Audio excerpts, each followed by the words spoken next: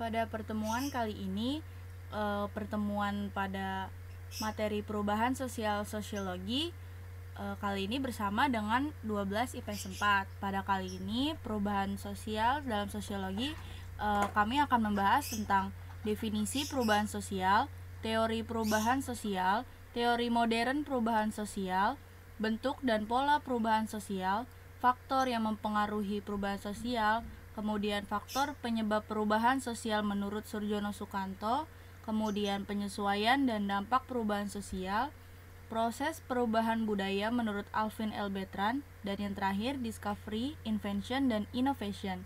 Untuk lebih jelasnya, mari disimak slide berikutnya.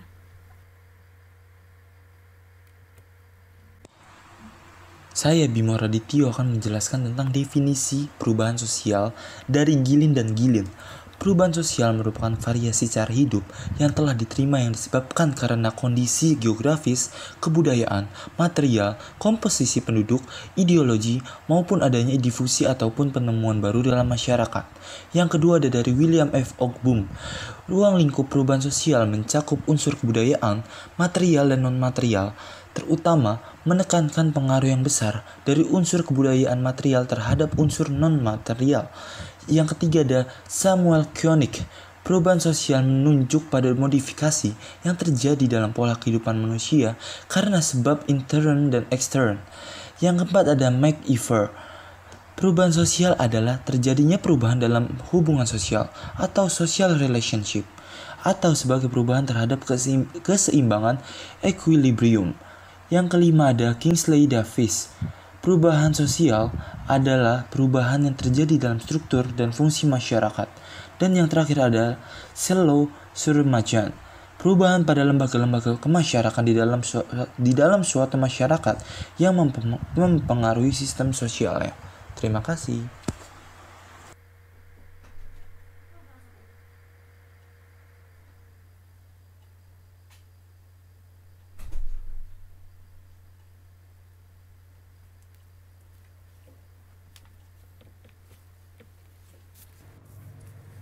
Assalamualaikum warahmatullahi wabarakatuh. Nama saya Saputra Dinata dari kelas 12 IPS 4. Saya akan menjelaskan tentang teori perubahan sosial. Satu teori evolusi atau evolutionary theory oleh Emil Durkheim adalah perubahan sosial karena proses evolusi manusia mempengaruhi cara perorganisasian masyarakat. Dua fungsi teori fungsionalis atau fungsionalis teori oleh William Ogburn.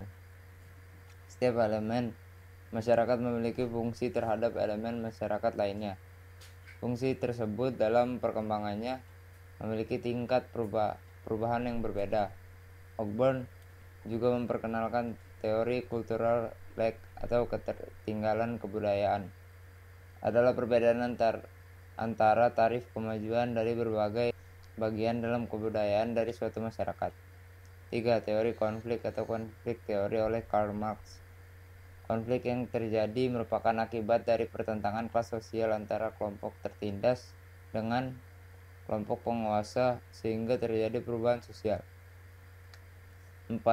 Teori siklus atau cyclical theory. Teori siklus melihat perubahan merupakan sesuatu yang berulang-ulang, tidak dapat direncanakan atau tidak diarahkan ke titik tertentu.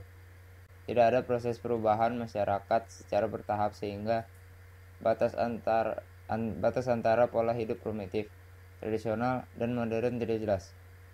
Perubahan sosial merupakan suatu siklus peradaban mulai dari masa jaya peradaban hingga mundur dan hilangnya peradaban.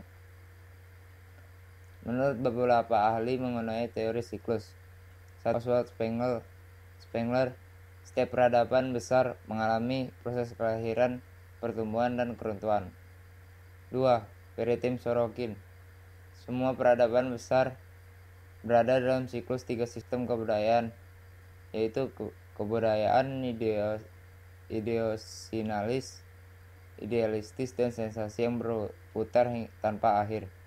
3. Arnold Toynbee, Sejarah peradaban adalah rangkaian siklus kemunduran dan pertumbuhan, namun setiap peradaban memiliki kemampuan meminjam kebudayaan lain dan belajar dari kesalahan untuk mencapai peradaban yang tinggi.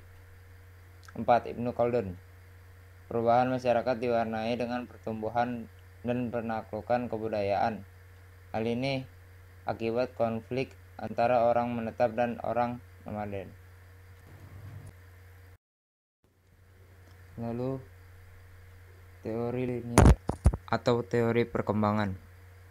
Perubahan sosial budaya bersifat linier atau berkembang menuju titik tertentu. Dapat direncanakan atau diarahkan. Beberapa tokoh sosiologi mengemukakan tentang teori linier, yaitu 1. Emil Durkheim, yaitu masyarakat berkembang dari solidaritas mekanik ke solidaritas organik. 2. Max Weber, masyarakat berubah secara linier dari masyarakat yang diliputi oleh pemikiran mistik dan penuh tahayul menuju masyarakat yang rasional. 3. Herbert Spencer mengembangkan teori Darwin bahwa orang-orang yang cakap yang akan memenangkan perjuangan hidup. Lalu teori revolusi adalah perubahan sosial budaya berlangsung sangat lambat dalam jangka waktu yang lama. Perubahan sosial budaya dari masyarakat primitif, tradisional, dan bersahaja menuju masyarakat modern yang kompleks dan maju secara bertahap. Comte mengemukakan perkembangan masyarakat mengikuti perkembangan cara berpikir masyarakat tersebut, yaitu tahap teologi atau khayalan, tahap metafisis atau abstraksi, dan tahap ilmiah atau positif Lansky. Lansky berpendapat bahwa masyarakat berubah dari praindustri, industri, dan panca industri. Beberapa teori evolusi. 1. Teori evolusi unilinear atau unilinear theories of evolution. Masyarakat mengalami perkembangan sesuai dengan tahapan tertentu, berawal dari bentuk sederhana, kompleks hingga sempurna. Tokohnya antara lain Comte, Spencer, dan Spencer. Suatu variasi dari teori ini adalah critical theories dari Vilfredo Pareto. 2. Teori evolusi universal atau Universal Theory of Evolution. Perkembangan masyarakat tidaklah perlu melalui tahapan tertentu, tetapi mengikuti suatu garis evolusi tertentu. Misal dari kelompok homogen ke kelompok yang heterogen sifat dan susunannya. 3. Teori evolusi multilinear atau multilinear theories of evolution. Teori ini menekankan penelitian terhadap tahap perkembangan yang tertentu dalam evolusi masyarakat.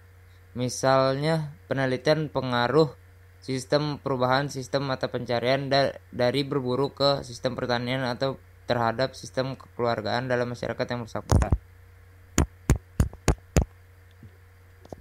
Lalu teori revolusi.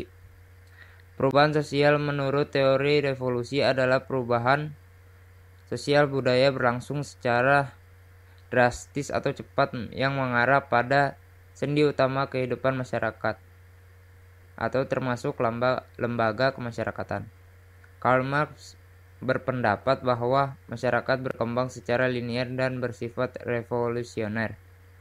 Dari yang menjadi masyarakat sosialis komunis yang merupakan puncak perkembangan, maka suatu revolusi dapat berlangsung dengan didahului suatu pemberontakan menurut Revolt Rebellion. Adapun syarat revolusi adalah 1. Adanya keinginan umum mengadakan suatu perubahan. 2. Adanya kelompok yang dianggap mampu memimpin masyarakat. 3. Pemimpin harus mampu menampung keinginan masyarakat. 4. Pemimpin menunjukkan suatu tujuan yang konkret dan dapat dilihat masyarakat. 5. Adanya momentum untuk revolusi. Lalu C. Teori modern perubahan sosial. Pertama, ada teori modernisasi dari Etzioni dan Helvey, yang artinya negara terbelakang akan meniru seperti apa yang telah dilakukan oleh negara industri maju. Dengan meniru negara maju, mereka akan menjadi negara berkembang melalui proses modernisasi. Kedua, ada teori sistem dunia dari Wallerstein, yang artinya perekonomian kapitalis dunia terbagi atas 3 jenjang, yaitu negara-negara inti, negara-negara semi-periferi, dan negara-negara periferi. Negara-negara inti adalah negara-negara industri di Eropa Barat yang telah mengalami industrialisasi sejak abad ke-16 dan sekarang telah berkembang pesat. Negara-negara semi-periferi adalah negara-negara di Eropa Selatan yang secara ekonomi berhubungan dengan inti, namun tidak berkembang. Sedangkan negara-negara periferi adalah negara-negara Asia dan Afrika. Terakhir, ada teori ketergantungan atau dependensia. Telah terjadi perkembangan ekonomi dunia yang tidak merata.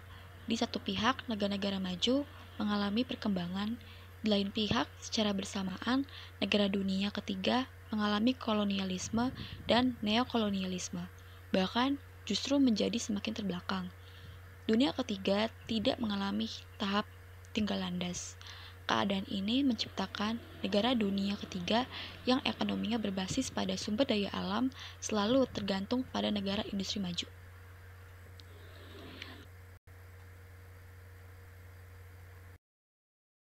Assalamualaikum warahmatullahi wabarakatuh. Nama saya Nandra Aska Faza dan saya akan membahas tentang bentuk dan pola perubahan sosial. Bentuk perubahan sosial dibagi menjadi dua, yaitu berdasarkan intensitas dan berdasarkan penyebab. Berdasarkan intensitas itu dibagi menjadi dua, yaitu satu perubahan sosial kecil, yaitu perubahan-perubahan yang terjadi pada unsur-unsur struktur sosial, tetapi tidak membawa pengaruh langsung atau bagi masyarakat. Selanjutnya perubahan sosial besar, atau yang bisa dijelaskan sebagai perubahan yang akan membawa pengaruh besar pada masyarakat. Selanjutnya berdasarkan penyebab, itu juga dibagi menjadi dua. Yang pertama adalah perubahan sosial yang direncanakan, yaitu perubahan yang telah diperkirakan atau direncanakan terlebih dahulu oleh agen-agen perubahan, disebut pula rekayasa sosial atau perencanaan sosial. Kedua, perubahan sosial yang tidak direncanakan, yaitu perubahan yang terjadi begitu saja, tanpa dikehendaki dan di luar jangkauan pengawasan masyarakat. Selanjutnya adalah pola-pola yang sering tampak pada perubahan sosial budaya. Satu, ada perubahan kumulatif, yaitu gangguan keseimbangan yang berulang-ulang sehingga menghasilkan perubahan-perubahan baru, baik yang bersifat progres maupun regres. Misalnya adanya penemuan baru atau bencana alam yang terus-menerus. Kedua, perubahan bergelombang, yaitu gangguan keseimbangan dalam masyarakat yang selalu timbul kembali, tetapi selalu terjadi keseimbangan. Misalnya perubahan model pakaian, pergantian sistem politik, dan pendidikan, gerak konjunktur dalam proses ekonomi. Gangguan keseimbangan yang hanya sekali terjadi. Misalnya, terjadi gerakan reformasi yang telah menggantikan pemerintahan Orde Baru menjadi Orde Reformasi. Assalamualaikum warahmatullahi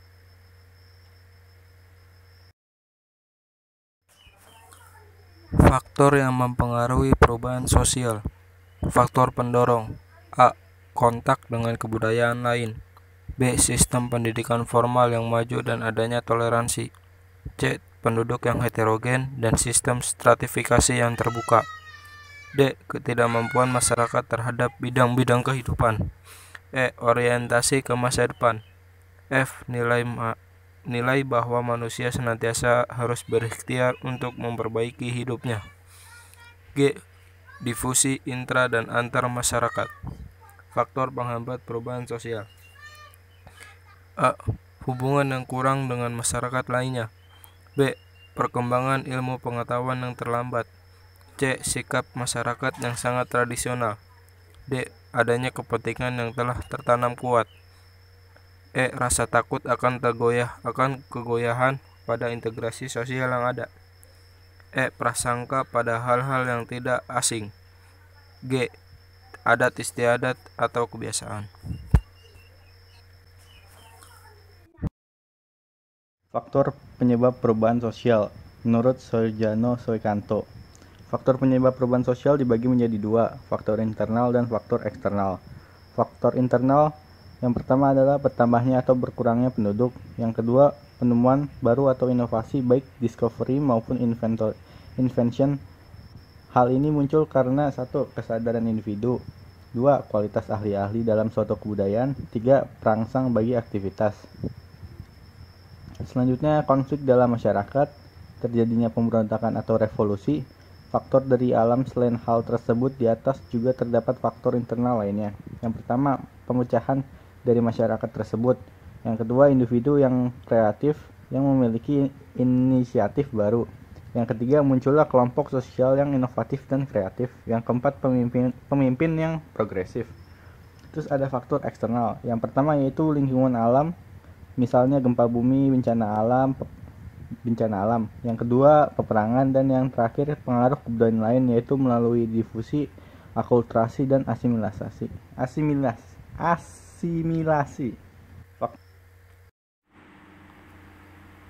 Penyesuaian dan dampak perubahan sosial.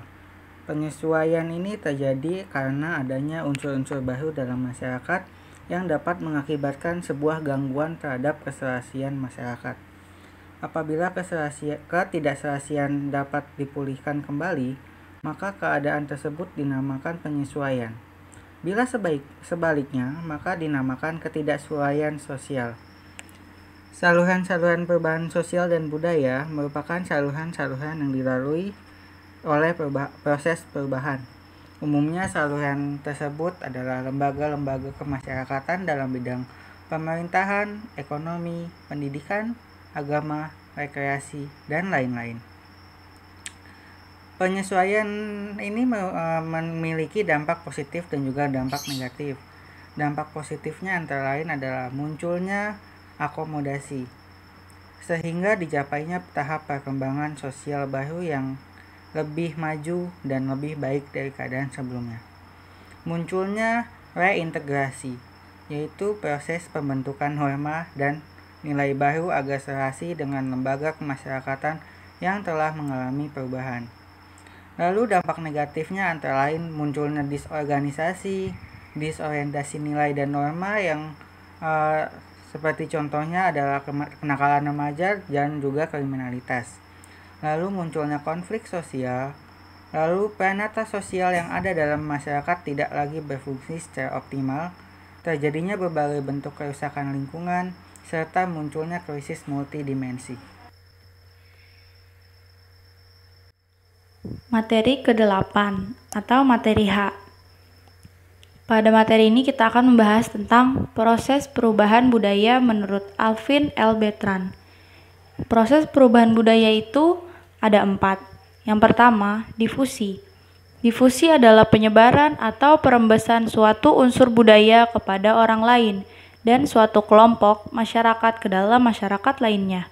Difusi itu dibagi menjadi 2, yaitu difusi primer dan difusi sekunder, di mana difusi primer ini adalah penyebar luasan unsur kebudayaan baru dalam masyarakat asal kebudayaan tersebut. Kemudian difusi sekunder adalah proses penyebar luasan unsur kebudayaan suatu masyarakat ke dalam masyarakat lain. Kemudian ada akulturasi. Akulturasi adalah proses pertemuan unsur-unsur dari berbagai kebudayaan yang bersedia dan diikuti dengan pencampuran unsur-unsur tersebut. Misalnya proses pencampuran 2 budaya atau lebih yang saling bertemu dan saling mempengaruhi. Adapun yang termasuk proses akulturasi adalah substitusi, yaitu kebudayaan lama diganti dengan unsur kebudayaan baru yang lebih berdaya guna. Kemudian ada sinkretisme, yaitu budaya lama bercampur dengan budaya baru sehingga membentuk sistem baru. Ketiga ada adisi, adalah budaya baru yang ditambahkan kepada unsur lama yang masih berlaku. Kemudian adanya dekulturisasi, yaitu adanya unsur budaya lama yang hilang. Yang terakhir ada originasi, yaitu masuknya budaya yang sama sekali baru dan membawa perubahan yang sangat besar. Materi berikutnya yaitu asimilasi.